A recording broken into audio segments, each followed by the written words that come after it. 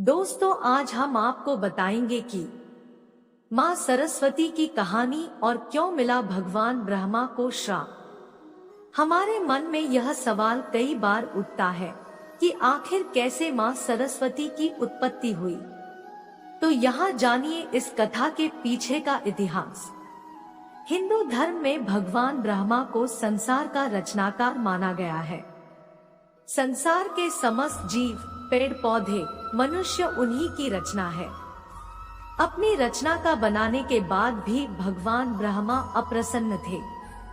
उन्हें लगा उनकी इस रचना में कोई कमी रह गई है। इसलिए ब्रह्मा जी ने अपने कमंडल से जल छिड़का और उससे 4 हाथों वाली एक सुंदर स्त्री उत्पन्न हुई। उस स्त्री के एक हाथ में वीणा, दूसरे में पुस्तक, तीसरे में माला और चौथा हाथ वर मुद्रा में था। इस तरह माँ सरस्वती की उत्पत्ति हुई। अपनी रचना के साकार होने के बाद ब्रह्मा जी ने देवी सरस्वती की परीक्षा लेनी चाहिए। ब्रह्मा जी ने देवी सरस्वती को वीणा बजाने के लिए कहा। जब सरस्वती जी ने वीणा बजाई तो ब्रह्मांड की बनाई हर चीज में स्वर आ गया। वह दिन वसंत पंचमी का दिन कहलाया। इसके साथ ही देवी सरस्वती के मुख से विघा के पूरे श्लोक वचन का गहरा ज्ञान देखकर ब्रह्मा जी बहुत प्रसन्न हुए, क्योंकि उनकी बनाई यह रचना हर तरीके से पूर्ण थी। इस तरह सरस्वती माता पूरे ब्रह्मांड और मनुष्य जीवन के अस्तित्व में आई। हिंदू शास्त्रों में देवी सरस्वती से संबंधित कई कहानियां प्रचलित है। देवी सरस्वती को सफेद साड़ी पहने हुए, एक हाथ में कमल, दूसरे में माला, तीसरे में पुस्तक, चौथे में वीणा बजाते हुए सुंदर स्त्री के रूप में प्रस्तुत किया जाता है। देवी सरस्वती की इसी सुंदरता के कारण भगवान ब्रह्मा सरस्वती की सुंदरता पर मोहित हो गए और उन्होंने सरस्वती को अपनी पत्नी बनाने का निश्चय कर लिया। लेकिन सरस्वती ब्रह्मा को अपना पिता मानती थी, क्योंकि ब्रह्मा ने ही सरस्वती की रचना की थी। इसलिए वह भगवान ब्रह्मा से शादी नहीं करना चाहती थी। ब्रह्मा की दृष्टि से छुपने के लिए सरस्वती ने चारों दिशाओं में छुपने का प्रयास किया, पर वह भी सफल न रहा। इसलिए सरस्वती ने स्वर्ग में छिपने का निश्चय किया, पर वहां भी भगवान ब्रह्मा आ धमके और देवी सरस्वती को विवश होकर अपने ही पिता से शादी करनी पड़ी।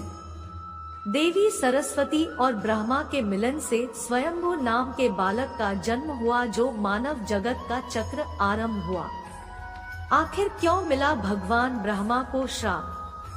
हिंदू धर्म की कथाओं की माने तो अपनी ही बेटी से शादी करने के कारण भगवान ब्रह्मा की सभी देवताओं ने बहुत आलोचना की और ब्रह्मा को उनके किए की सजा देने के लिए सभी देवता मिलकर भगवान शिव के पास गए और ब्रह्मा को सजा देने के लिए कहा।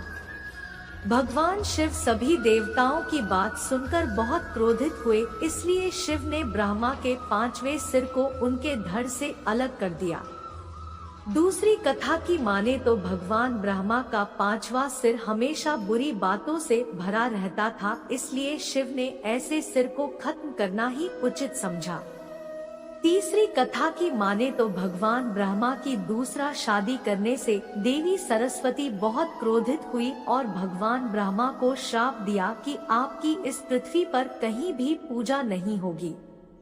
राजस्थान के पुष्कर और तमिलनाडु को छोड़कर कहीं भी ब्रह्मा का मंदिर नहीं है। देवी सरस्वती को विद्या, कला, संगीत, साहित्य की देवी माना जाता है। हिंदू धर्म में देवी सरस्वती की महिमा का वर्णन किया गया है।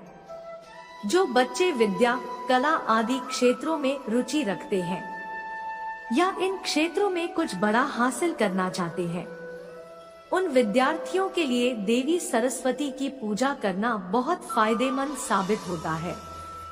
छात्रों के लिए सरस्वती का महत्व अतुल्य है। सिर्फ छात्र जीवन में ही नहीं, व्यक्ति को हर परिस्थिति से लड़ने के लिए ज्ञान की देवी यानी कि माँ सरस्वती का आशीर्वाद चाहिए होता है। देवी सरस्वती को भगवती, शारदा, वीणावादिनी और वागीश्वरी के नामों से संबोधित किया जाता है। जो देवी सरस्वती माता की विशेषताओं को चिन्हित करता है। ऋग्वेद में देवी सरस्वती को मनुष्य की बुद्धि, ज्ञान और मनोवृत्तियों का संरक्षक माना गया है। देवी सरस्वती के गुणों को जितना समझो उतना कम मालूम पड़ता है। इसी से संबंधित शास्त्रों में देवी सरस्वती की महिमा के बारे में काफी कुछ वर्णन किया गया है। देवी सरस्वती के बारे में और पता करने के लिए हमारे साथ जानिए इस कथा के पीछे का इतिहास। ज्ञान की देवी कही जाने वाली सरस्वती माता मनुष्य को न केवल ज्ञान प्राप्ति का आशीर्वाद देती है, बल्कि मनुष्य की जिंदगी से अज्ञान को मिटाकर उसे विवेक प्रदान करती है। हिंदू धर्म में ऐसे तो कई देवी देवता है जो व्यक्ति को उसकी भक्ति अनुसार फल देते हैं।